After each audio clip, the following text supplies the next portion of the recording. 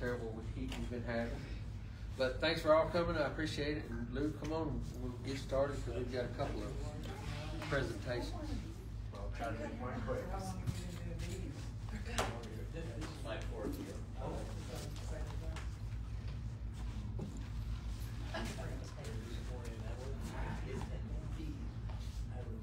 Well, welcome, guys. I have the opportunity to travel for work, and during that time, I like to listen to a lot of podcasts. So I listened to quite a few podcasts during that time. And the last trip, I had 2 different podcasts talk about providing water to your bees. So I thought it was very interesting, and so I dug into it a little bit more. And as I dug, I'm going to show you a couple of things I found.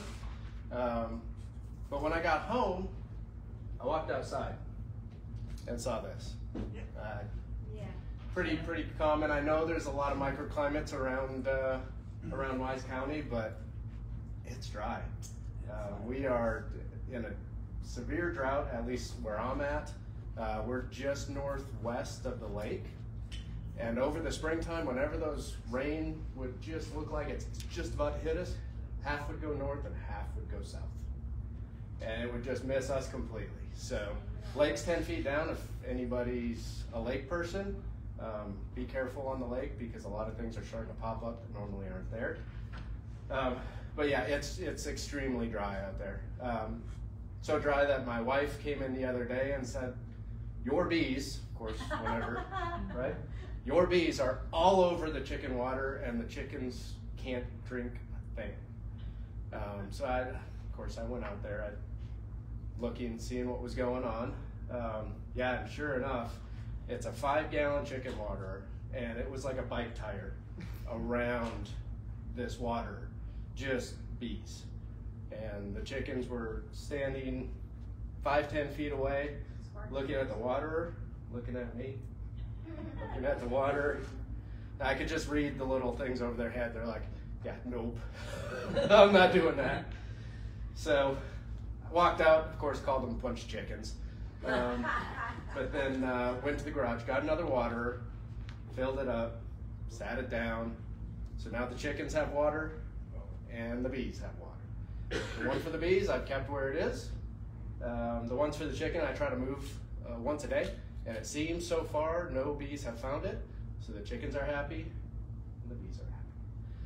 But I was thinking, as that was going on, I was listening to these podcasts, I was trying to think of, why do bees forage for water? So I wanted to ask you guys first, because why do bees forage for water? Cool the hive. Cool the hive, yeah. They need it to drink. Need it to drink. It's one of the 4 things they need is water. Yeah. To make Which honey. I always made the argument with my wife when I'm drinking coffee, because she says I need to drink more water, and I was like, I got water. It's not the same. Lou, I'm going to side with your wife. I know. Stop it. I know. So providing a 50-50 or a 1-to-1 solution for your bees is not providing water. That's another thing I found out. But any other ideas on why we need to provide water to bees? Besides those 2? Does it have salt? So a couple things that I found, at least doing some research. One for the micronutrients.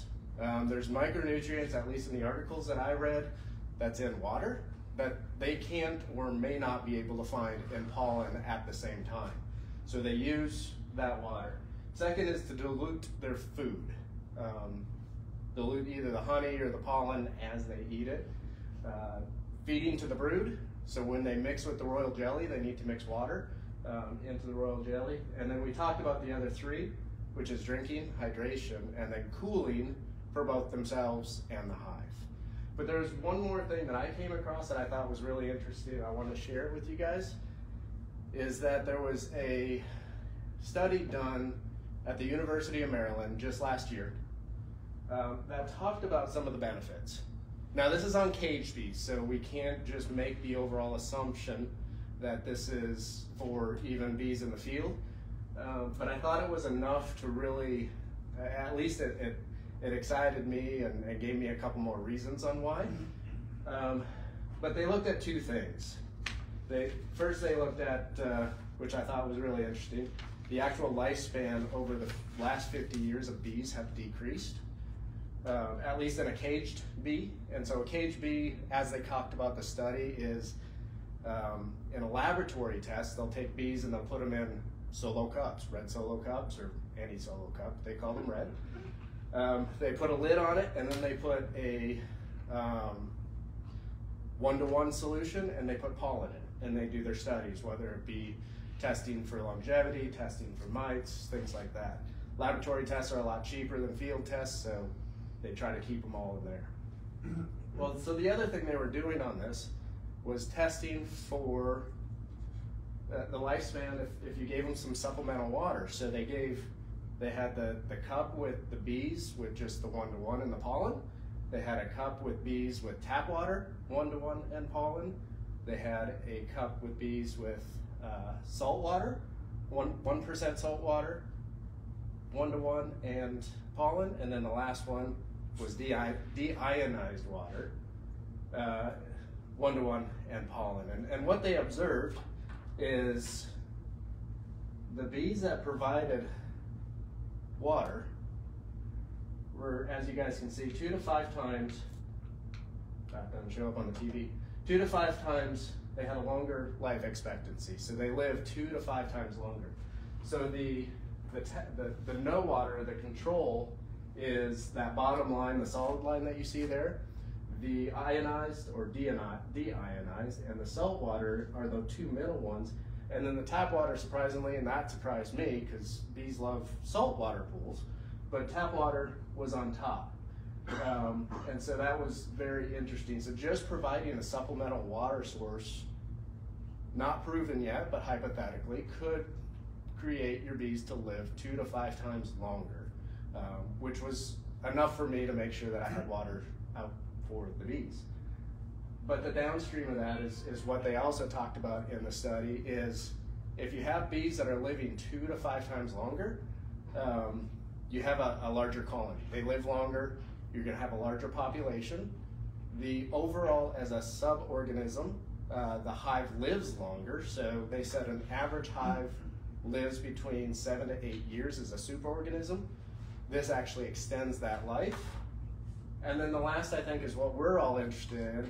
It actually increases honey production between 20 and 40% more than if you didn't provide them supplemental water. Because you have more foragers out in the field, you have they're healthier, and so they are able to increase the overall honey production by 20 to 40%, at least in the 2 that you see here. So I thought that was very interesting. I wanted to share that with you guys. And the last thing is how to provide. I came across a ton of examples on how to provide water for bees, from some people leaving a faucet just drip, kind of create a little bit of puddle. I think last meeting we talked about using Boardman feeders to feed 1-to-1 sugar, and how that maybe wasn't the best idea, but to use it for water. To provide them with a water source is a good way to use those Boardman feeders if you're not going to use them for 1-to-1. But just leaving a plate out, I know you'd have to fill it up quite often. Bird baths, you can make one, I think, over on the right-hand side. It's just a bunt pan with marbles in it. Middle here is you have a deep body and then a screen and just some water standing over that, so they're able to drink. And the last one is a hive top feeder. So just a couple examples, but I think there's plenty more, as you guys think, or if there's creative ideas on how. Like I said, I just have a chicken order, and that's what they like. And so, are you just putting plain water in it? Just plain water out of the hose. I know we're not supposed to drink water out of the hose anymore, but it didn't hurt me growing up. So. Yeah. Well. Yes. They love hummingbird feeders, but again, most hummingbird feeders have some type of sugar solution in it. Oh, no, just put plain water. Just plain water? Yeah, I mean, they love my wife's hummingbird feeder, so that would probably work very well. Do they drown in it, though? Mine, they No. drowned in. My hummingbird feeders, they drowned in, because they can, somehow or other they're able to get in, but they can't figure out how to get out. So, Okay. Yeah, and that's a good point. Is the one thing I think I saw in the commonality of all these different options is to find a way that the bees can get out or stay out of the water, whether it's putting in floating. Some people are using the floating pebbles like what you use in the hydroponics type of thing, where they just float on top of the water, and as the water goes down, the beads go down. Sticks, I've seen a whole bunch, but I mean, that's the main thing, is to make sure that they don't drown, or else you're going to find hundreds of bees just drowned in a bunch of water. So. What about styrofoam peanuts? Yeah, I don't see, as long as you're not worried about microplastics. Some people are worried about them, but Never mind. And they might blow out too. They might be. If they're in an in-high feeder. Oh, in high fever. I'd be afraid that they would tear them up. You know, how bees. on the inside, tear them up, pull them out, Yeah. get them out of the hive. But I don't know. Yeah. Let's do something. I mean, Well, good experiment. My other question, I think we answered it last year, is if you've got a cow pond, then that's good enough, right? Yes, ma'am. Yeah. We're 1,500 feet away from the lake, but they like the chicken water. I don't know. So, yeah, I guess it's closer, less to have to worry about. So you don't get the waste. Yeah. So I have chicken water about 10 feet from the hives. Never saw them there. Moved it over by the building about 20 feet. Can't keep them all. Yep. And it's all good. I mean, it's for a reason. Yep. Yep. Absolutely. Same thing. I had one right next to them, and they're like, yeah. There must be something wrong with it because that's too easy. I'm not going to worry about that. We go find something a little bit harder to work on. So yeah, I mean that's how mine was too. So anything else? Well, thank you guys. I appreciate it. I do have, if anybody wants, I do have the study. I have it here printed. I'm happy to email it to you guys if you want to read 13 pages of data. That's what I like doing, but. Happy to send that to anybody if you guys want it. Just let me know after the meeting and I'll send you the link. So, thank you guys. Thank you, Lou. We appreciate it. That was fantastic. I never expected so much good information like that. I mean, we think, well, yeah, bees need water, but don't think about how it could increase honey production, and we knew we needed it to cool the hive and to feed the brood and things like that. But that was very good information, especially on the tap water thing versus salt water, because we have a lot of people call and say, hey, bees are driving us crazy when we're trying to swim in our saltwater pools. So it's nice to know that they're just good with the tap water. Tammy has a presentation about what's blooming. Let's see if we can get that up. The main thing that's blooming is the cracks in the ground. Yeah. Yeah, I think they are. Lou, you might have to help. Yep.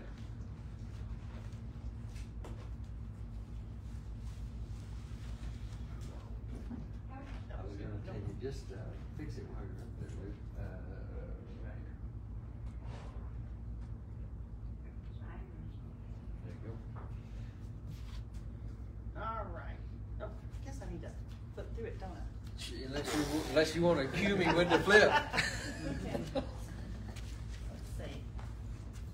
Okay, so the bindweed's starting to come out. I don't know if any of you have any trellises. They've started up mine, and they're just about to start opening up. This is like your morning glories. They are invasive. I don't know if you necessarily want to encourage them to grow. I'm not encouraging, but they're in my garden where I water, so they're coming up. I'm going crazy. This is the turkey tangle frog fruit, and I put a bigger picture over here on the side. It's like a ground cover. So it's a teeny tiny little flower. This is really blown up over here on the left.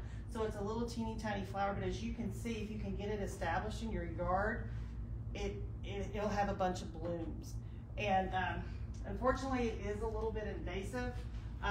But you can walk on it. It will take some, you can walk if you wanted a ground cover in your yard, and the bees seem to like it. So it's something that you can have. It's starting to come out. Does it withstand heat well? Yeah. Really?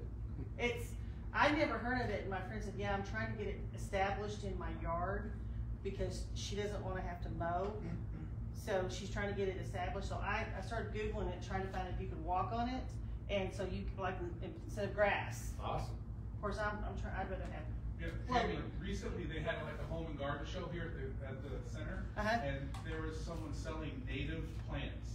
And she was telling me all about the frog fruit, that you can get it to grow and replace the grass. And it's great for bees when it's blooming. At the time it's blooming, it's one of the few things they like. Was she local? Huh? Was she local? Denton. who was it? I don't remember. Oh. I've got it written down. Now, there's a native plant store in Denton called the Painted Flower. Everything they have in there is native. And so, if you go in there, they probably will have it for you. But yeah, did she say anything else about it? I'd love to know more. If you have something else to share. We talked about a lot of stuff. She was a part of an organization that goes around and planting native, handles native gardens and fields, and stuff like that, prairie land. Tammy, Mm-hmm. the nature center, and I can't remember the name of it, down in downtown Fort Worth. Bob Jones? Huh? The Bob Jones? No, in downtown Fort Worth. Oh, okay. Yeah, Botanical garden? they have it in their lawn. Oh, do they? Yeah. Yeah. Well, And this it's is so soft to walk on. this is the first time I heard about it, but she said that she's trying to get it established and it's just growing. And as you can see, it's a green. So I mean, you get your green, but then you have your little flower that the bees like. So this one I'm thinking is kind of a. Is it drought resistant? It's native. It's native. So being native, that's where you're talking about your root length. So if you can get it established, obviously anytime you plant something the first time, you got to water it to get those roots to go down. And so I think it does okay. But if you can get the roots established and it does die out during a drought, it might come back the next year. And that's kind of what you like. You like something that even if it dies out, it'll come back. It won't kill the roots. Yes, ma'am. Do you know how long its blooming season is? I'm almost positive if you get it established, it's going to bloom anywhere from spring to fall. It off and on, it'll die out, then put back on new ones, die out, then put back on new ones. Is how I understand. I'm going to look more into this one because since you can walk on it like a turf, it'd be better than grass because I don't want to plant grass. I'm not going to water my grass.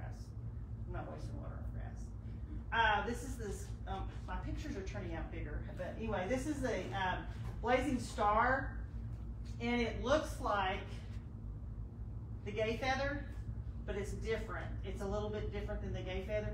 These are just now starting to bloom, and they may not bloom very long with all this heat and lack of water, but they're trying to bloom. These two right here.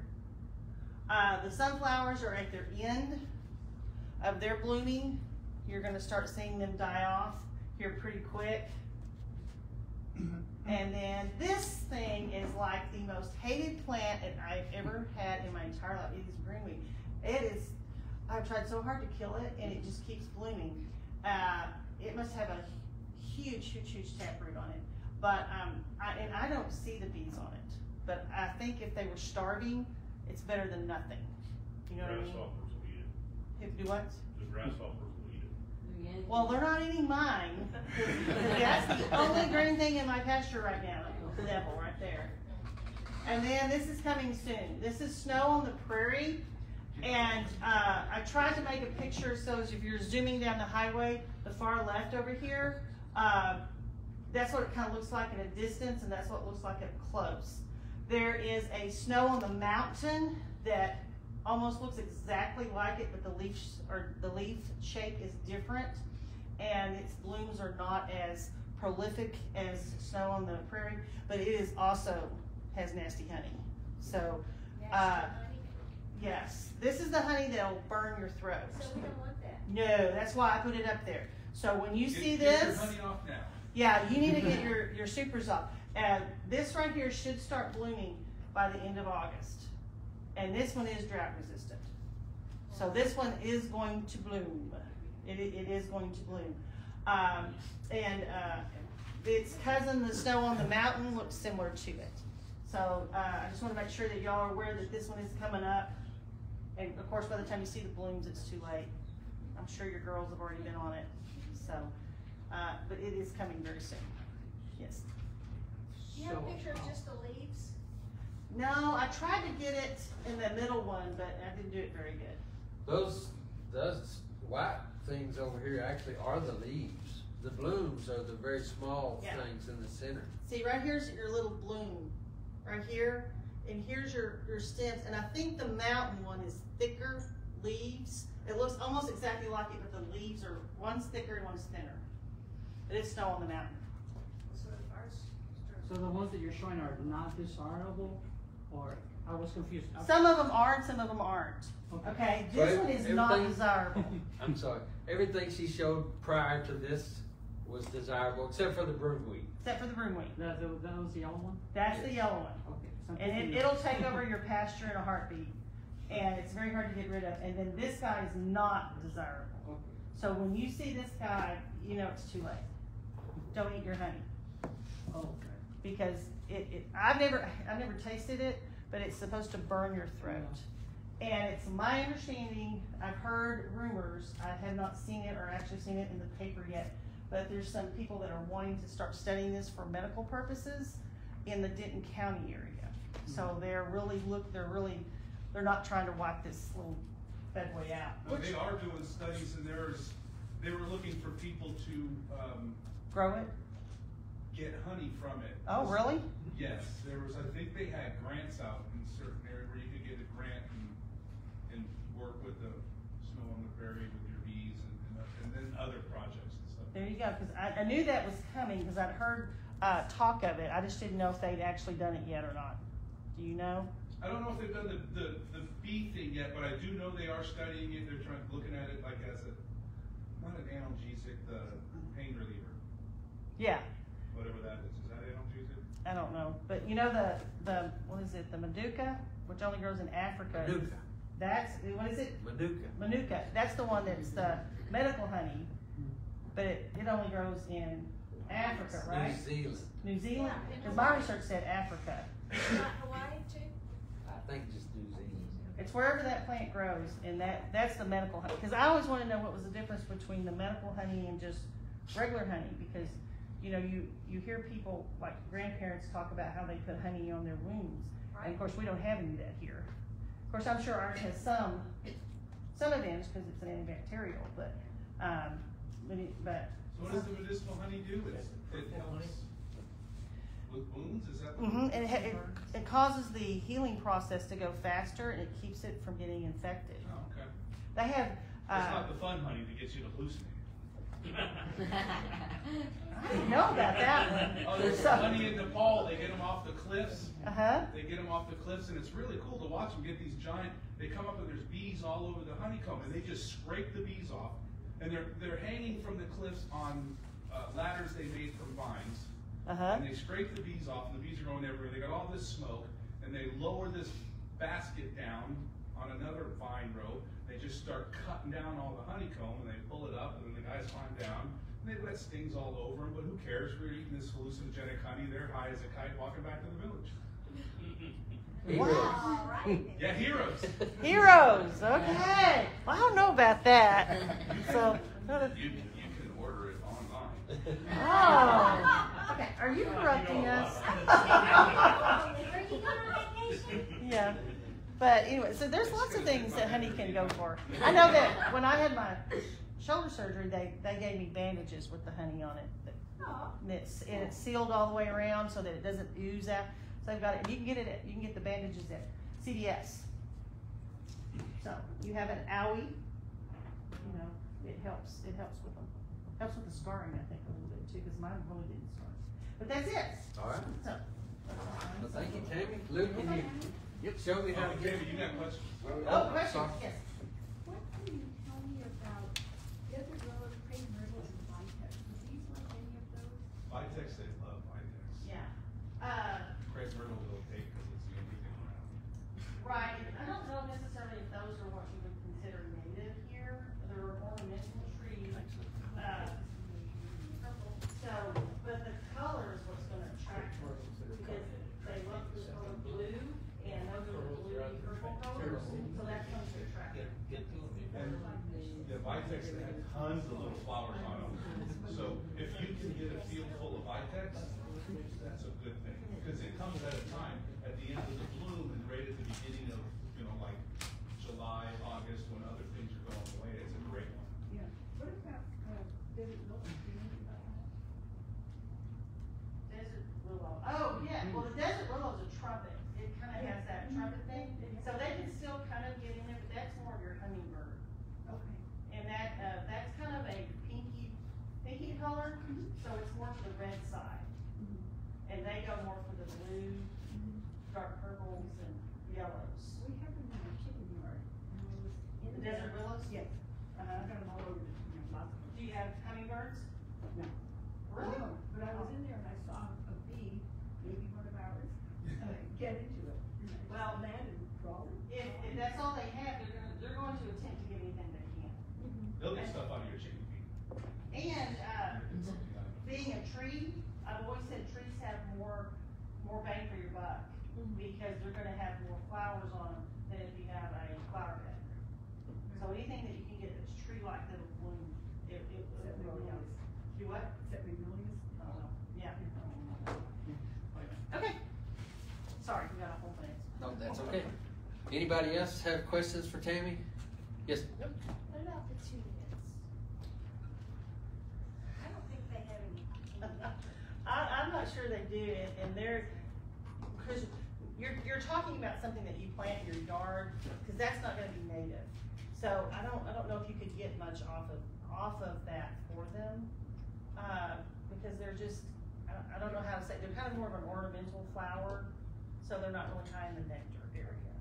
But if they're desperate and there's nothing else, because that's what they're gonna find in somebody's yard, because they don't grow wild. A lot of the stuff that I try to put up there is things that you're gonna be able to find by just like walking out. It's gonna grow wild. But see, the city bees do better than the country bees because people they want pretty yards. So they plant all the stuff with the bright flowers and all this other kind of stuff, so that's why they do a little bit better. Yeah. Sugar in your trash and. Oh, I bet flower mounds. There's so many native people that it remains a Coca-Cola can. Yeah, your trash. See, they like your trash because it has all that syrupy stuff in there. I got a question about bug. Okay, we'll do questions at the end Okay. about Okay. general things. You mentioned a store called Painted Flower. Oh, the flower shop, the painted flower? Is that in Bowie, you said? No, Denton. You're going on Denton. 380. The Okay. last possible left turn before you get to the underpass. It's that old housing those older homes that are right there. It's right there on the edge. Okay. And I'll look for it used to be just for commercial, but they've opened it up to the public, and everything in there is native. So it's gonna have the big tap root, and it'll come back. Good to know. Thank you. That's where we have to go shop. Anybody else? So I know I've been driving all over Texas this year, and I've seen a ton of broomweed. So people say they don't really care for the broomweed honey, but the bees, they don't definitely have taste as we do, you know. And so the snow on the prairie, it tastes good, but when it hits on the tongue, it's great. When it hits the back of the throat is when it really burns you. But otherwise, it's a beautiful honey, and the bees love it. So if you're not planning on harvesting your honey for yourself, you know, it's a good honey to leave for the bees. Some of you may not even be in areas that have that. It really grows in the range areas out here, north of town, and so you just have to kind of look to see if you have these plants available to know whether or not that's an issue. Probably a 2-mile radius of your home. Yeah, 3 to 5 mile radius for sure. 3 to 5. But it is a profuse nectar bearer, and the snow on the prairie. So it will, if it's out there, they will go find it if it's around. Snow on the prairie and snow on the mountain. So we're gonna, per our bylaws, we should have an election in October for treasurer and secretary. So if anybody'd like to fill those positions, we'd love to have you, and we'd. Hasn't our vice whatever been vacated? Not officially. So I'm not trying to push anybody out. So leaving the door open. Steve's vice president. Yes, Steve is. Yeah, so. So it's Amy's position, and who's treasurer? Lou. Lou. Yeah. So, but I don't know the bylaws by heart, even though help write them. I have to go back and look at them to see what other position the vice president. I think they had them in offset years, right, James? We tried to have vice president, president offset, but we may change it. Yeah, vice president's not supposed to be up this year, Oh, but, you know. yeah. Well, if president's up, then president's up. Then if anybody'd like to run for president, sure, throw your hat in the ring. I'd like to do other things myself, so that'd be good. But is there anything else? Any other business? Don't forget, we're having that booth Oh, on September the 16th. I have one person that signed up to help, so if you'd like to help, yes, there she is. If you'd like to help with our booth, and it's we're not selling anything, we're just selling us. We're just trying to get people to know where we are, sign up on our website, and find our Facebook page. And if we have that YouTube thing up, we might be able to get some people to subscribe that day. So where is it gonna be? It's at the Wise County Horticulture Club is doing a event day. They're calling it a garden affair, and we're just having speakers to come and talking about any field of horticulture, different fields, and then we're gonna have line the walls with like master gardeners. The master gardeners are coming, the master naturalists are coming, people, anybody in the field of plants. Donnie has volunteered so nicely to present, and he's also gonna have a booth there so you can pick up some honey. So if you're interested in having a booth, just come contact me. So anyway, it'll be a fun day of learning about plants. So Where is it? it's at, you know where the sheriff's posse is, the rodeo grounds. Okay, if you go, where 51 is by Walmart, that street, just keep going out, and you'll Okay. see it on the left. It's right there on the left, at that rodeo grounds. We're gonna be in the women's building. Okay, I have been there. Yeah. Okay, thanks. and that's the Decatur Garden Club. No, it's the Wise County Horticulture Oh, Club. sorry. That's okay. Wise County Horticulture Club. Yes. Okay. Now, you better get right before you present that. Yeah. You might take offense. That's why I'm repeating it. Yeah, there you go. All right. Anything else? Does anybody have anything else that they'd like to interject? Not questions yet. We'll do question and answer at the end. Okay. But we'll go ahead with requeening. This time of year can be very confusing about how your queen's doing. This frame has about 2,500 eggs on it, so this queen has laid nearly 2,500 eggs on this frame. They've gone their whole length. They're about to emerge, so they weren't taken out. So the holes that you see is where workers have detected that there's something wrong with those particular bees, and they've removed them. So if you don't have a lot of those, you know, so let's say she had laid 2,500 and 1,000 of them had been pulled out of there. That would not be good, and it would be more of a broad span of shotgun brood is what we'd call it. So this is a very good frame to me. It's not 100% perfect, but you can't, it's hard to get 100% perfect all the time. That queen, I say she's good, and I would not mess with her at all. I might even want to make more queens off her. Yes, Felicia? So how do we know, back on that other frame, that those hadn't already emerged and that they were instead removed? These holes right here? Yeah. Because the queen starts laying in the middle of the frame, Okay, and it goes in concentric circles okay. around. And the most eggs she's gonna lay in one day would be 2,000. So there's 3,000 possibilities on that one side of the frame, and it's possible that she could have laid 2,000 of those eggs in one day, but she's a humdinger if she is, you know. And they of course won't last that long, laying that much, and times are gonna be great. Times, what do we mean by times? We mean nectar, there's gonna be a nectar flow on, there's gonna be a pollen flow on, They're gonna have lots of bees to take care of all those babies. Go get the water and bring it in to cool the hive to feed the babies. So everything's gonna be wonderful in that time.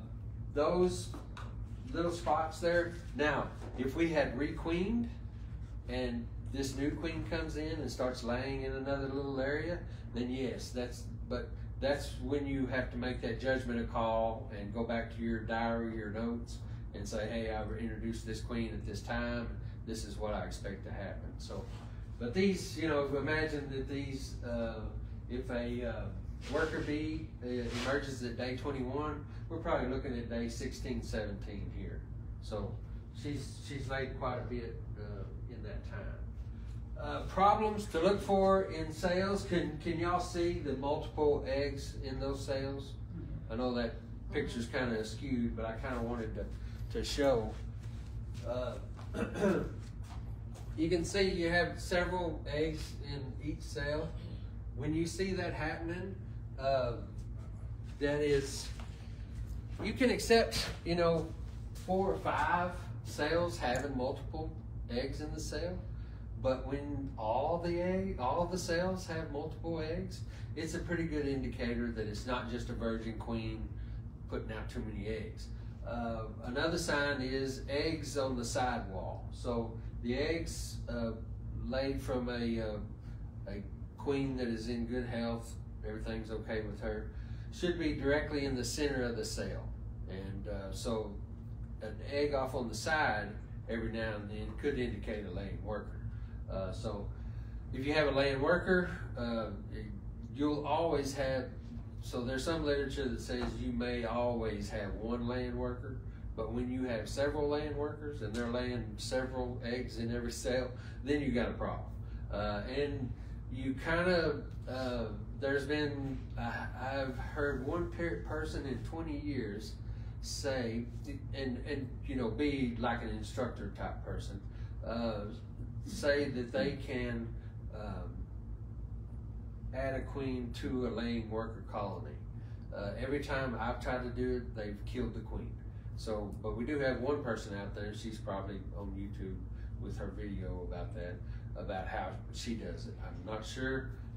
I've tried it several times on my own. I've tried, what they say to do is to take the bees 100 yards away, shake them out on the ground, and whoever flies back is not a laying worker, because supposedly laying workers can't fly. But when I did that, I immediately took that queen and put her in a box that I was going to introduce out of the cage. The first bees back bawled her, and they beat me back to the hive.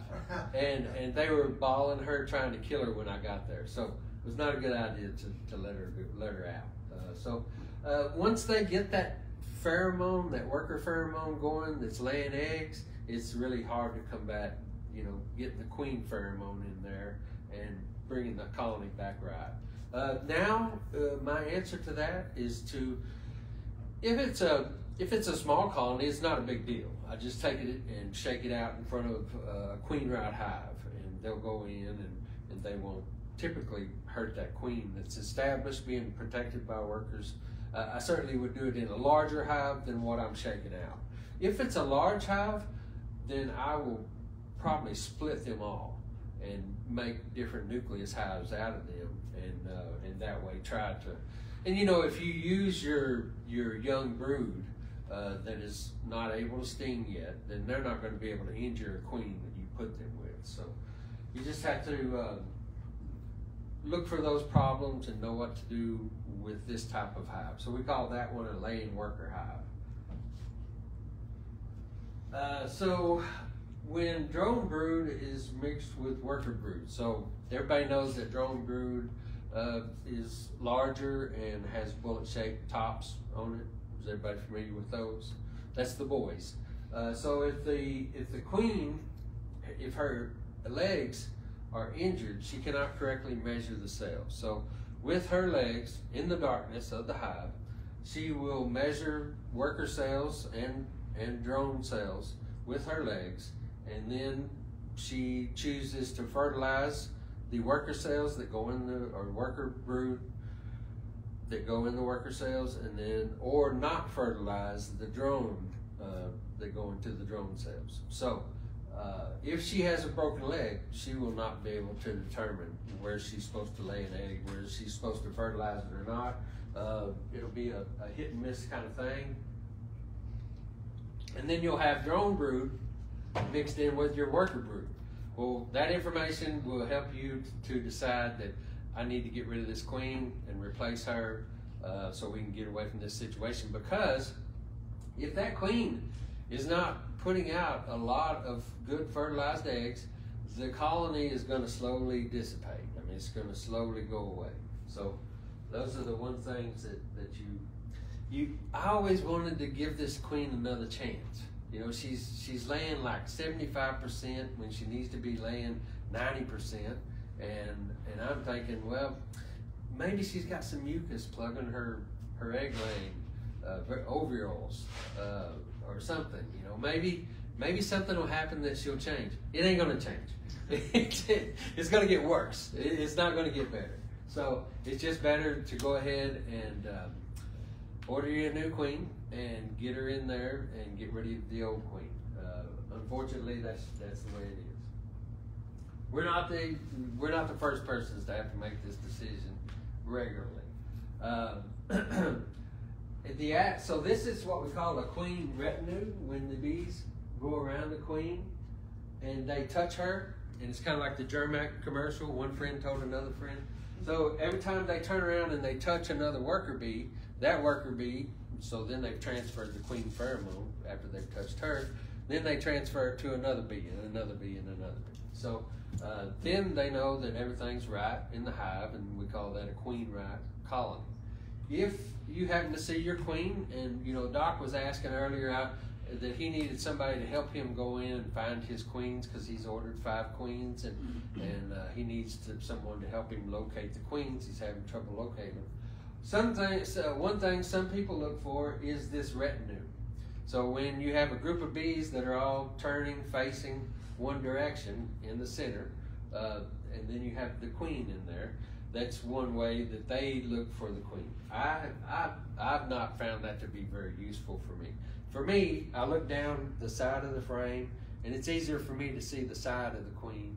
And of course, if she's running away from you, her bottom is going to be bigger, and it's going to be bouncing as she's running away, trying to get to the other side of the frame. So that's how I do on seeing queens easier. Sometimes I'll even look for the queen. I'll pull this frame out, look for her on this frame, and I'm looking on the next frame, because sometimes it's just easier for me to see her there. So if your queen does not happen to have a retinue, if you haven't disturbed her too much, then she may have a weak pheromone. So she may be something you need to look at seriously replacing. The absence of eggs and brood could be a sign of a poor queen. I mean, there's nothing there. So there's no eggs, no open brood, no cap brood, and so that's something that gets us thinking, well, maybe we need to look at our queen to see what's going on. But here's the kicker, and here we are, right here at this time of year. We don't have anything blooming really, so we don't really have any nectar or pollen sources. So the lack of nectar and pollen sources is going to affect the queen whether she's laying or not. So if the workers are not bringing in pollen, and that queen chooses to lay, the workers will cannibalize the eggs, and there won't be any brood in there. So I had a beekeeper, a very experienced beekeeper in the Master Beekeeper program, call me the other day and say, hey, I'm looking every 2 out of 10 hives, I'm not finding the queen, brood, eggs, or nothing. And he had queens that he was trying to replace queens with, and he said, have you been seeing that? And I said, well, you know, traditionally in this time of year, what we call a dearth, when there's no nectar or pollen, that's called a dearth. And in that time of year, we may not see eggs, open brood, or larvae in the hive. So immediately you think, well, I don't have a queen. My queen has died, and that was always my first thought. Oh, my queen's died. I got to get another queen. I got to pay this $70 for a queen and $40 shipping, and it can be, you know, very a lot of anxiety for a beekeeper to be going through that, especially if you only have 1 or 2 hives. So you're kind of freaking out at that point. But so you have to determine, is there pollen protein, and is their nectar coming in, so their carbohydrates. So they have to have pollen and carbohydrates that's the formula to make eggs and to raise babies on. So if you don't have that, then you kind of got to make sure that that's what's missing. There are people who are supplying a pollen substitute now. And that's a kind of a personal preference thing of whether you want your bees to break a brood cycle to treat for varroa, to have a natural brood break, or to feed them the pollen substitute and the sugar syrup to make them make more bees. So that's just going to be what is your goal? If you can ask yourself, what is my goal in this beekeeping? Is it to make more bees, or is it just to keep this colony alive and not for them to get too overpopulated? But my opinion on it is make all the bees you can, make extra nucleuses, and then if they die, then you have replacements for what you have that have died. So the workers, of course, will kind of cannibalize if there's no pollen coming in or available. Of course, the queen is the one who's going to get the blame for that. So the queen gets the blame for everything that goes bad in the colony. I've opened hives in July and August, and immediately the worker bees will ball the queen. She hadn't done anything wrong. I mean, other than me pulling the top off and maybe displacing the air of her pheromone, maybe that's what causes it. I have no idea, but I've seen it happen several times to the point where I just quit going through hives on a very hot day in July or August, because I've seen that happen. Now, the queen, being that she's not laying in this time, when you pull that top off, sometimes she will fly away. And you'll be going, oh my God, I just lost my queen. And it's like slow motion, you're trying to grab that queen, but she's going, you know. And I've never caught one. So you just got to, you know, kind of be careful. It's nice that she stays in that hive, but if she doesn't, you leave your lid just a little askew, and hopefully she's locked in her GPS when she fled, and when she comes back, she'll be able to get in. But she's gonna, if you have the top off, she's most likely gonna be looking for that top area. But if the interest is there, she's gonna be looking for the smell anyway. So it's just have to leave them away to get back in.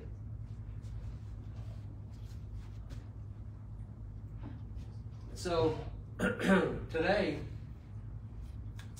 if I was going to try to replace a queen, I would not try to do it with a queen cell. So this is a queen cell that's on my hive tool. And the reason why is because during the dearth time, the bees are going to kick out the drones. They're going to kick out the boys. If the boys come back, they're going to chew their legs off, and they don't come back very well after that. And so there's no way for the queens to get bred that are out there because they have no drones available. So in a different area, or if you're feeding and you have bees, you know, within a couple of miles of each hive, then you may be able to produce a different environment to be able to make breeding possible. But in most of this that's really dry and native out here, we're probably going to have a pretty hard time doing that. So what I would typically say is to order queens from another area, you know, that are bred. You know, ordering a virgin queen is a huge risk. I would never think of it, but I've had lots of people say, well, are they, you know, if I have queens to sell, they say, well, are they bred? And I go, well, of course they're bred. I wouldn't think of selling you a virgin queen. But there are people out there selling virgin queens, so I guess it is a good question to ask, because you don't want to, right now here in this area, you would not want to buy a virgin queen. So on your steps of your queen replacement, you've gone through the process of making the decision of whether you need a new queen or not. The one you may have found her, she may be beautiful, but for some reason she's just not producing. If it is, in fact, a pollen and nectar issue, then there's another, thing to consider. Are you gonna wait and see? Now, if she were not laying any eggs at all, or if she were laying and they were cannibalizing, it would be a very hard decision for me to make. But there is a way you can find out. You can dissect the queen. You can take the spermatheque out, and if it's, and you can tell. You can do that. Yeah, it's very easy. Yes, you can do it. But anyway. Well, then she's dead. Then she's dead. I mean, if you decided wrong, you'll know. Yeah. But there's sometimes when I look at it and go, well, it's slightly milky, Maybe not milky enough. But so you want to dequeen your hive approximately 24 hours before your new queen arrives. So you got to order your queen, and you got to think about how long it's going to take for her to get there. So one time I ordered queens in January from Hawaii, and I did not know that they would go to Northern California, and then they go to Kentucky. In Kentucky, they had a massive cold front, and it was like 20 degrees in Kentucky. And so the queens had to stay in Kentucky for several hours. They were unloaded off the plane, and they were set somewhere, and I'm sure it was cold. And then they were sent to DFW, and then they came over here to the Decatur UPS store. And so I go pick them up, and they are like super lethargic. I mean, they're slowly moving. Every one of them that we put in the hive was rejected except for one. And I think they let her hold on just because they knew, hey, we got to have somebody laying eggs in here that we can make another queen out of. And so she made it to spring, and they, of course, did supersede her after that was over. But the other ones, they did not accept them at all, and so it was just because it was from a good area. I'm sure the queens were fine when they got on the plane in Hawaii to go to California, but they experienced that weather problem. Well, our problem now is our weather now. So we're looking at 107 degrees. When I order queens, I'm ordering 50 to 100 at a time for the sole reason of them being overnighted, so they don't have this possibility of being stuck in a UPS truck with 107 degree heat. And I pick them up at the hub over in Hazlet, so I don't want them bouncing around the road and possibly taking a chance in the heat.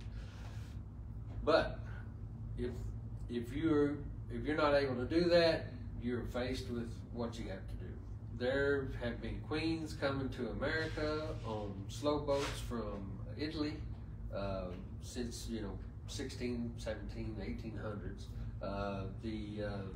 They were queens actually mailed, so I'm sure they went airmail from Italy in the early 1900s. So this has been going on for a long time, and you just do the best you can, and if nothing else, it gets you to the next spring. And then you can make a different decision then on what you might need to do. There will always be loss. I had a guy call me, and he was upset with his bee manager because they had 2 hives and they were losing one. And the bee manager couldn't miraculously make them come back from the dead. There's always going to be loss. I experience at least a 30% loss. I'm not a great beekeeper. I'm just a regular guy. But there will always be some kind of loss. If you're not losing anything, you need to be up here talking, because we need to know what you're doing. Because that'd be fantastic to not lose any bees. But for me, it does happen. So you want to feed your colony. it's all the good literature, you know, all the best writers of bee knowledge, or they advise that you feed your colony, or if it's on a nectar flow. So we're not on a nectar flow, so you better feed your colony. When you introduce the queen, you would leave her inside the cage, and if they are gnashing their mandibles and posing their body to sting, you know, wrapping their bottom around to stick a stinger in, that is aggressive. So you don't want to let the queen out at that point. But if their proboscis were coming out and they were feeding her and she was taking the food, then I feel much more secure that I can open the cage and let her out. I've done that, and they accept her just fine sometimes, and then every now and then there'll be a bee come from left field, come in and go and try to sting that queen. So you have to be there and ready to grab her and put her back in the cage in case that happens. So, and if that does happen, then you just close up the cage, do not unplug the candy in, and put her in the hive and come back in a few days to see what the reaction is from the bees. If they continue that reaction, then there's probably going to be a virgin, a queen cell, or another queen running around. They say, you know, 25% of hives can have 2 queens at a time laying in them, but it's just not it's not something that I've run into. I think I ran into it one time. So if you're so we've gone over that. The cage, if you want to cage release them, you just remove the plug or the little, so some of the, I'm fixing to show you in another slide. The plastic little cage here, it comes with a cap, a plastic cap. Every one of those caps are 10 cents a piece. So it's kind of a pain to want to buy this cap all the time. The dirtier the cage is, the longer the queen has been banked. When queens are banked, they stop laying. So, and it could take up to 7 days for them to start laying when you get them back and get them in and get them in the hive. So, for you to put her in and go in 2 or 3 days later and looking for eggs, that's way too soon. So, what do you mean by banking a queen? So when you bank a queen is when the breeders go and find a virgin queen that is laying eggs in her little mating coop, and they take her and put her in a cage, and then they, with her and all the other queens that they've made, they put them in another box that is a colony that is queenless. So those queenless bees will feed the queens, all those queens. There could be 60, 70, 100 of them. But when they stop laying, their pheromone gets weak. So a lot of times when you get a queen that has been banked, she will not lay for 7 days, and then the bees are upset with her and think there's something wrong with her because she doesn't have good pheromones, and they'll replace her. So, so I do try to ask, why these queens banked? It's kind of a loaded question, you know, because, you know, there's going to be a lot of beekeepers that want to sell their queens and they don't want them to languish in these banks, you know, so. Oh yeah. But likely they'll go, oh no, they haven't been banked. We're fresh, you know. So, so you gotta be careful about that. You know, if you order queens from a guy and you've asked him, have they been banked or how long have they been banked, and they keep getting replaced every time you get them, there might be something up. Could be a different breed of bee. It could be a lot of different things, but I would, you know, point mostly to pheromone loss. So this little orange strip is, you can put multiple cages in that little orange strip. So if you order queens, you know, by the 20 or 30, you typically get those, if you get them in those JZBZ cages. Now in the JZBZ plastic cage, it will not have attendants in it. So typically it comes with a cluster of bees inside a box, and then the cages are in there with the queens separate from attendants. The wooden cage will typically have attendants in it, and you can just barely see the little cork on this end. It's corked on both ends and it has candy on one end, and you can pop the cork out of the candy end and let the bees eat it. In either situation, always put the openings up. So if a bee goes in there and dies, it will fall down and not block the hole for the queen to get out. So a lot of times I'll put a worker from the new hive in with the queen just to see how they react. And of course they always freak out because, you know, when it's just one of them, they're going, oh my God, oh my God. But when there's 20 or 30 of them, worker bees, then they're, you know, safety in numbers. They can handle the queen. But when you put one in there by themselves, they act really timid toward the queen. So it's kind of funny to see that. Actually, you actually put them in the box? Yes. Yeah, I mean, it's just one bee. But, you know, of course, I talked about that one that came out of left field and wants to sting the queen that's there. But that's usually the one running around. Usually, you put them in a cage, a queen and a worker, a strange worker, and that worker's like, oh my God, I can't believe I'm in here with her. You know, she's gonna hurt me. Yeah, she could sting that bee and kill it. She could sting multiple times because she doesn't have barbs on her stinger. But yes, the candy end up on either one of those. If you want to hand release the cage, you just pop that cork out and let her come out of there. A question? Yes, ma'am. Is there any advantage to releasing or using the cage? Is there any advantage to releasing versus the cage? So it might take 2 or 3 days for them to eat that candy. It depends on how hard. And if you go back in a week and they haven't eaten the candy, there's either another queen in there or that candy is super hard. So they advise sticking it with a toothpick or a screw or a nail. You just don't want to slip and go into the cage with the queen and hurt her. So on your inspection, after you've requeened, if you hand release, I would not go in the hive for 2 to 3 weeks. It's just like a virgin queen situation. Remember that if she was banked, she might necessarily not have to be banked. If she went on a UPS truck or a postal truck, and it took her more than 3 or 4 days to get here, she might have already stopped laying. She could have been banked for a couple of days combined with that. So it's going to take her another 6 or 7 days to start laying again.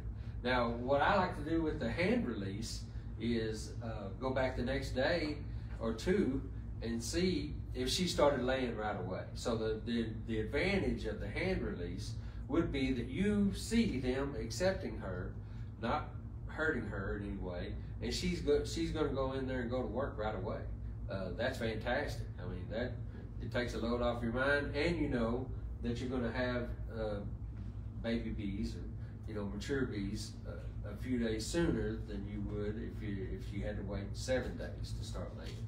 So on you want to look for eggs and larvae and cat brood 2 or 3 weeks after the hand release. The cage release, check in 3 or 4 days. So I said that backwards, but so I guess what really you look for in 2 or 3 weeks is if you have cat brood. If you had cat brood in 2 or 3 weeks, then you would know that she went to laying almost immediately. So that's always good news there. So on the cage release, check in 3 or 4 days to make sure that the queen has been released. If they have not released her, then there could be another queen in there. There could be queen cells that they've already invested resources into and they're not concerned with that queen in the cage, or something else is going on. So of course you're looking for the behavior of the workers again. If she is still caged. I saw a thing on, because we're 99% positive that we have a lady worker hive. We've been wrestling with it for 3 weeks. But one of the things that I saw to check her aggression on the wooden cage is what they call a Velcro test.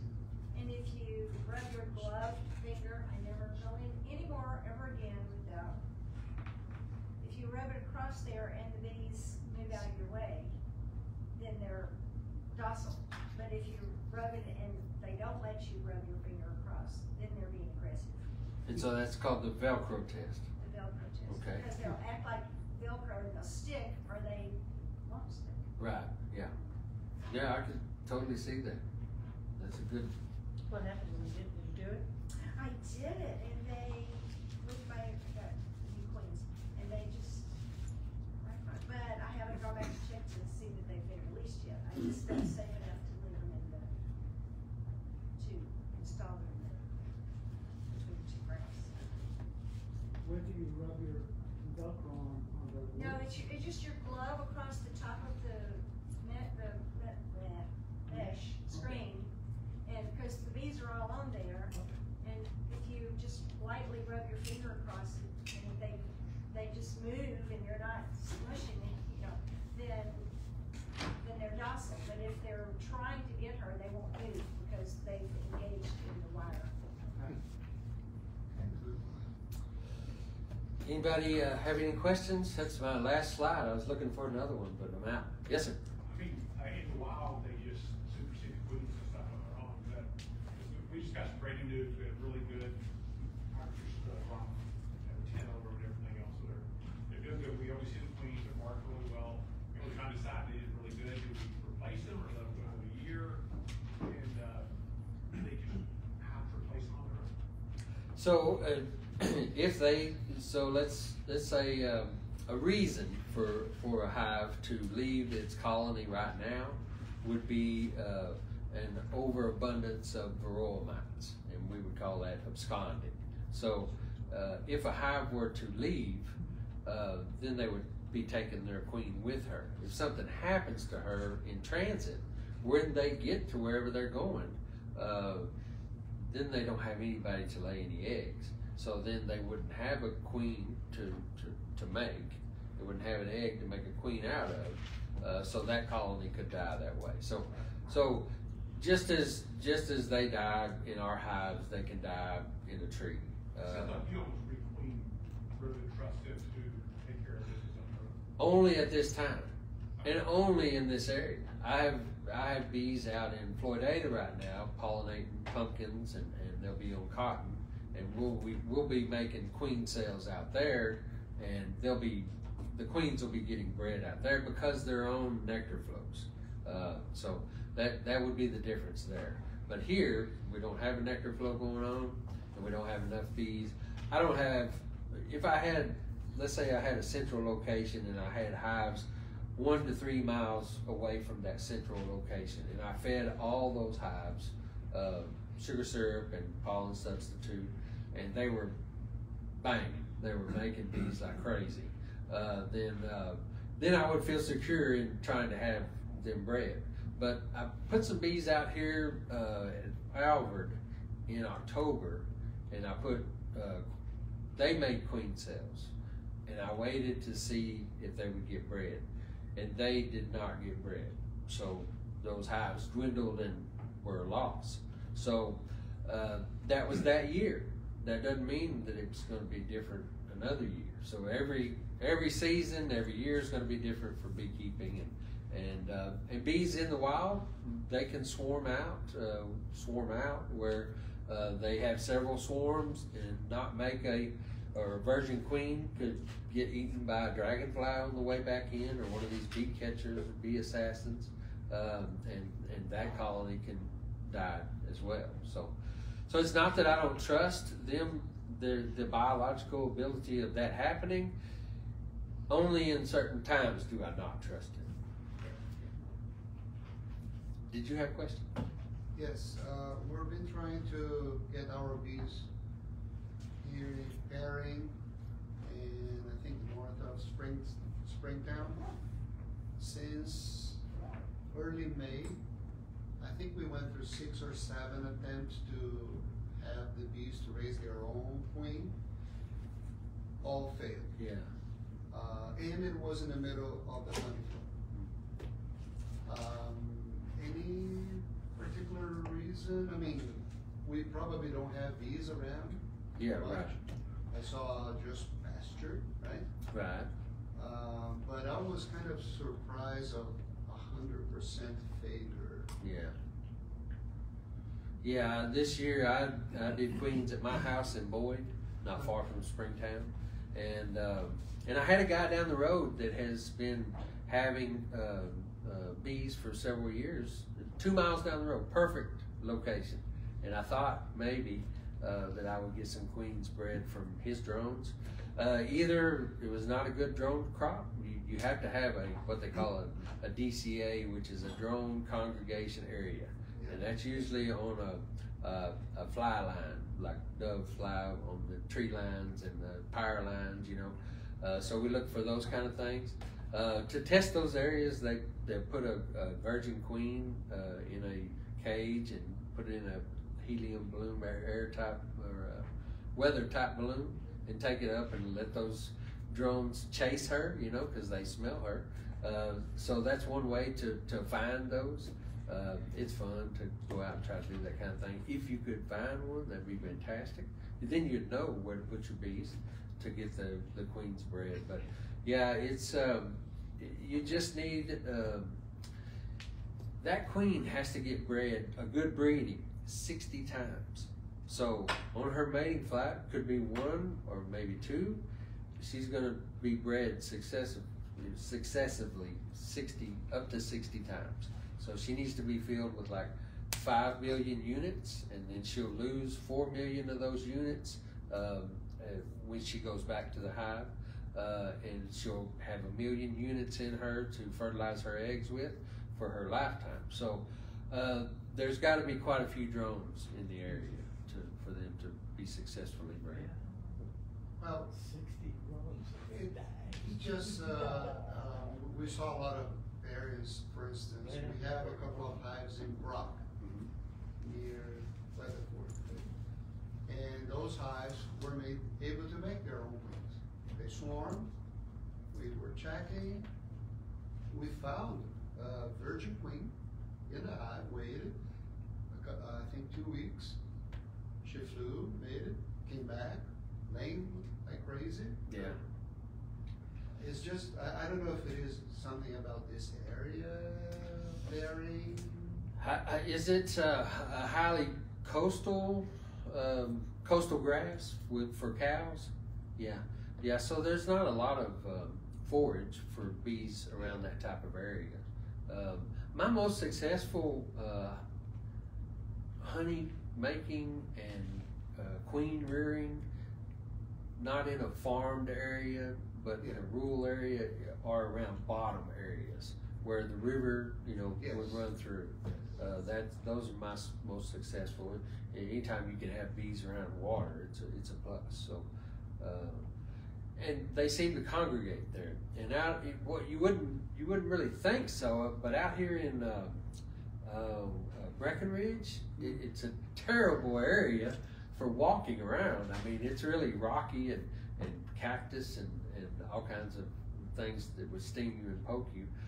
But they have profuse nectar flows after rains, and they end up with a lot of bees out there that, of course, go in the rock little caves and stuff like that where it's almost impossible to get them. But it can be a fantastic place to get your queens bred. And some of the best bees that I've bred have been out in areas like that you wouldn't even expect bees in. But what I do find is in large cow acreage areas, if it's coastal grass, it's just not a lot of benefit there for them. Okay. Yeah, that confirms. Yeah. Because Broadside has a lot of trees, a lot of green, totally different, and the amount of honey that the bees, when we got to the site, the site that we managed, they told us that they had 7 hives, only 3 were alive. So in order to salvage the comb that was already affected by wax moth, we combined and made 3 hives, 2 deep high. In 2 weeks, they filled the top deep with honey. Amazing! I could barely lift it. Yeah, that's fantastic. That's a great feeling. You can't lift it. It's a good spot. I think we're gonna do good in terms of honey next year, because then the hives are going to be, you know, strong and the whole bit. You'll be anticipating that flow, so you'll be ready. If we have rain. If we have rain. Yes. Rain, the elusive rain. Anybody else with anything? We're on all kinds of questions now. I have one topic on the laying workers. We had a couple of events like that. I think one time was because we were traveling. We were just not there. And we left the hive by itself, but we continued doing inspections. Well, lo and behold, one day we go there are no more eggs. They stopped laying for whatever reason, I cannot tell. We did up with the queen, there was no queen there. So we got a frame with eggs from another hive. Again, we did that countless times, right? Slapped in there, they made their own queen. Boom, came back to life. That's great. Yeah. And while they were queenless, they were laying. Like we were just putting frames, empty frames, and they are filling with comb. Like they're making comb like crazy. So we are taking the combs and then putting it in other hives. Yeah. And just giving them something to do. Yes. And they stayed queenless for 3 months almost. Wow. And we said, well, they're gonna die. Yeah. But then we put the eggs and they just made a new queen. Yeah. And it was So part of my question on that too, because we were trying to do the once a week, put a new fresh frame of brood in there from another hive, and Leslie got sick. I couldn't go in for a couple of weeks, so we missed a week of doing that. Then we put another one in, and then last week we put in a frame that had like 6 supersedure cells on it. I don't know what, but my other question is that the brood that we saw on these other frames, I mean, we're seeing all these 3, 4 eggs in there, but when the brood is capped, it's not drone brood. So that left me very confused, because I would have thought that all of it would look like drone brood. Yes. What the heck? Yeah, I don't know. Like I said, there is literature that says you can have laying workers with a queen right hive, and that they're supposedly in all our hives. They're just not very many of them. But if that queen was laying, and it's possible that for a period she could lay multiple eggs in a cell. I can see them laying a couple in a few cells, but not all of them. But most of the time the workers will cannibalize the eggs that are not fertilized, that are being laid in a fertilized cell with a queen there. So maybe that was happening. So our next thing that we were looking to do, I've been YouTubing for weeks trying to figure this out. This one guy said what he always did in those situations, he took the like window screen and put that between the bottom where the laying workers are, and then put a nuke on top that has queen and the brood and everything that a nuke would have, and then off to the side on that same box area feed for it, and leave that for a week where those laying workers down below can't get up to kill the queen, and then after a week, then you should be able to introduce them, and you would have queen right hive. That's the theory, and a lot of times when you want to put a queen into a hive, if you'll put her in as a nuke, like four to five frames.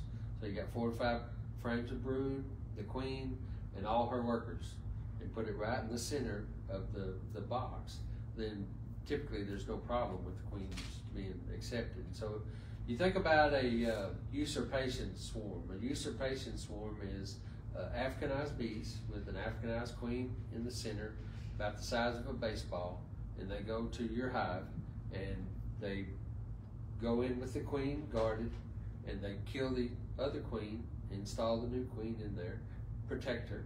So there's different factions inside those colonies. So it can be possible that anything, as long as that queen is protected. I don't want to lose my queens. Yes, I know. And we had a hard time. I know you have. Queens alive. Well, at least you keep trying. I'm very proud of you for continuing to try. It's been so frustrating because it's like we see the queen and then she's up there. Or we had that skunk. The kids found. We got a picture. Where's Waldo? And then it turned out that she had kittens, so it was like, oh, well, where's Wanda? So, we still haven't gotten rid of that, but the skunk wouldn't get in there and eat the queen. No, they can't get in there and eat the queen, but are the hives off the ground or? Well, they're only two, what do you call those? Pallets, 2 pallets off the ground. So about 8 inches. Yeah. It'd be very convenient for a skunk to lay there and stick their paw in. And she probably wouldn't get lucky enough to get the queen, but you know, it would have definitely upset the hive. A queen out of 3 hives, that's the deal. It's like, and we only have 4. Yeah. So. Wow. Doc, you had a question about a bug. Yeah. I call it looks like a wasp that's been on acid. Yeah. Oh my gosh. And they come in and they, you know, they'll be getting it. The girls will be in the crepe myrtles or the Sitek. And next thing you know, you see this thing flying off with one of the girls. Is it this? Yeah. That one. Yeah, we're seeing that. Yeah.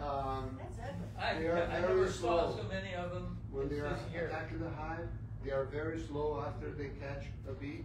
My buddy has been killing them. Oh yeah. By hand. You clap on them. Yep.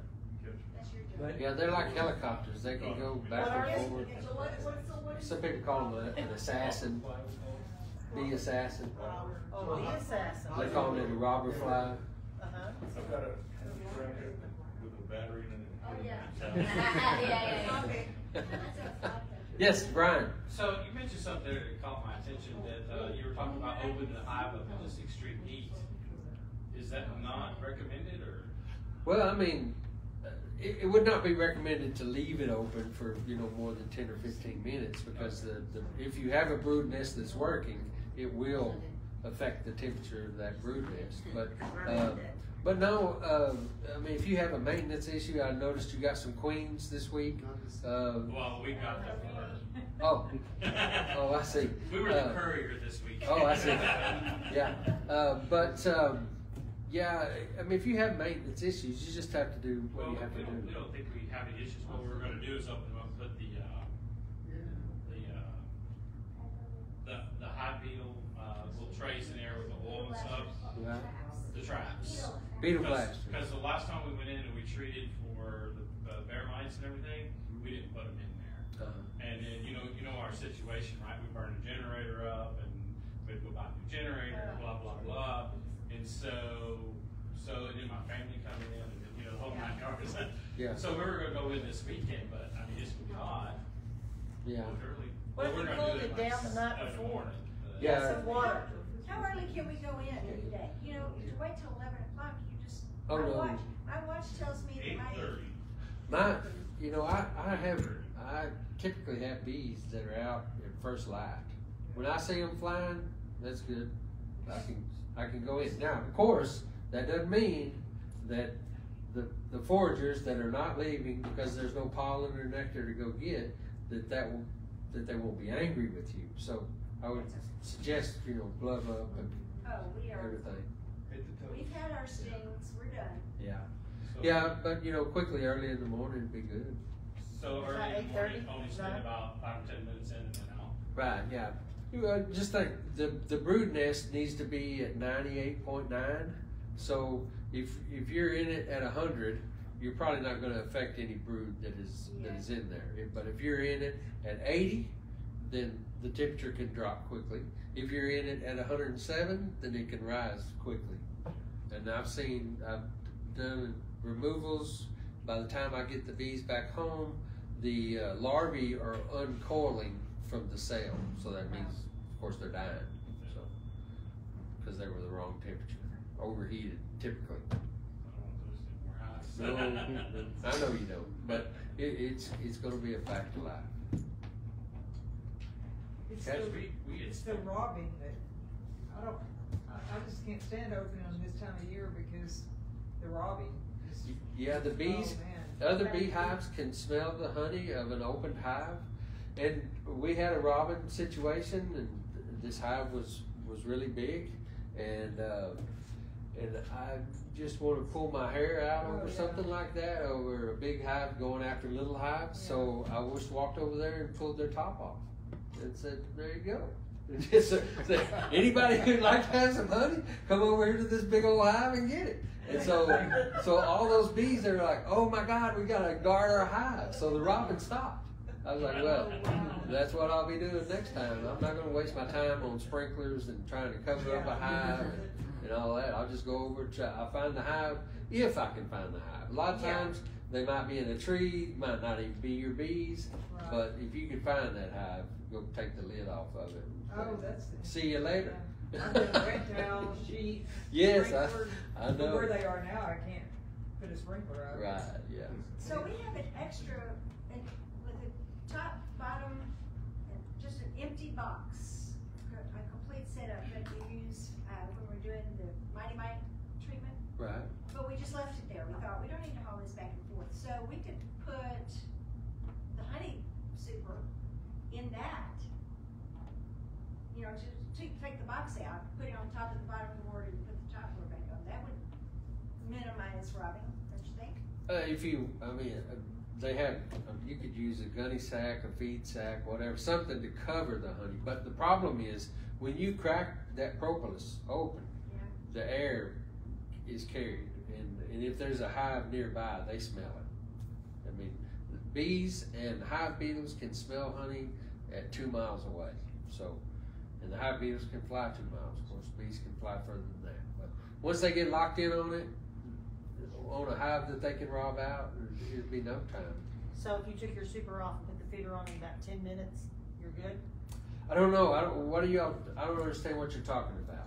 Like if you want to put your feeder on, you're gonna have to open it, because I put the top feeder Well, on. if you put a feeder on, wouldn't you take your honey super away? Yes, that's what I'm saying, but would somebody come and rob us in 10 minutes? You know, if you did it very quickly, maybe not. But, you know, even spilling syrup is enough to get them going. Using essential oils in your syrup at this time of year, I would not advise it, because that could get them going too. Once you get them fired up, it's hard to get them stopped. Well, ours are just all right next to each other. Maybe we just don't know where we're looking at. We've never seen that happen. Yeah. Yeah, it's terrible to see one robbed out and killed.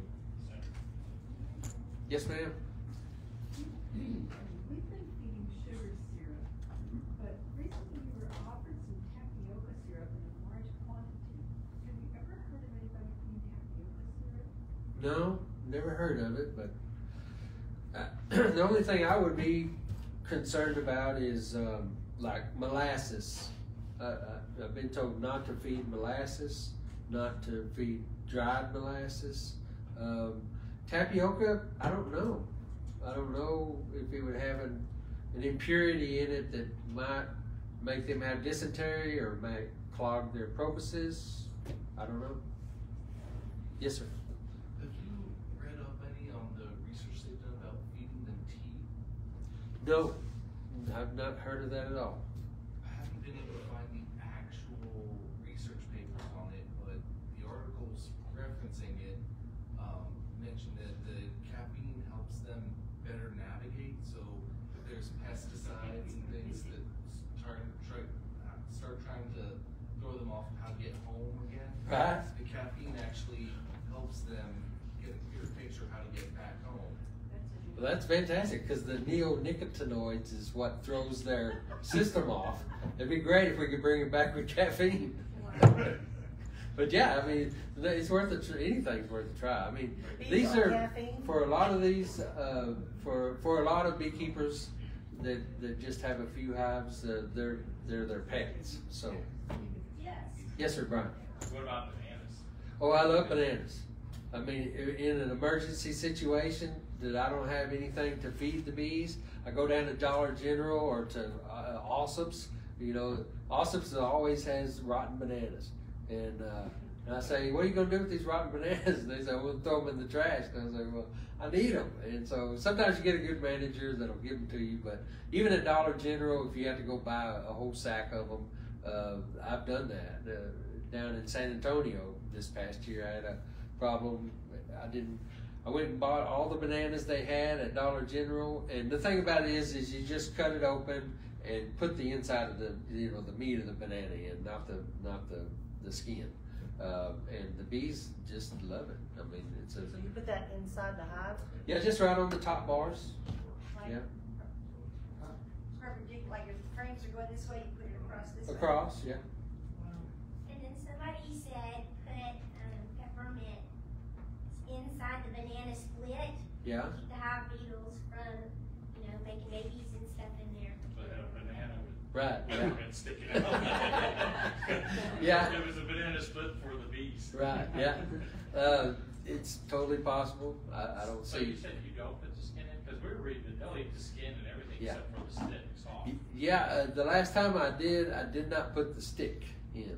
Okay. But the skin. time-wise and angry bees being hungry, I just split them and threw them in. And when I came back, there was a lot of skin left. So, so I would next time I would probably take the skin off. But definitely, I knew they weren't going to eat those sticks. One banana, two banana, what did you put in there? Oh, I put one banana per hive. I had to string it out. I had like 48 hives. I had to, and then I bought all the bananas. What? Just lay them on top?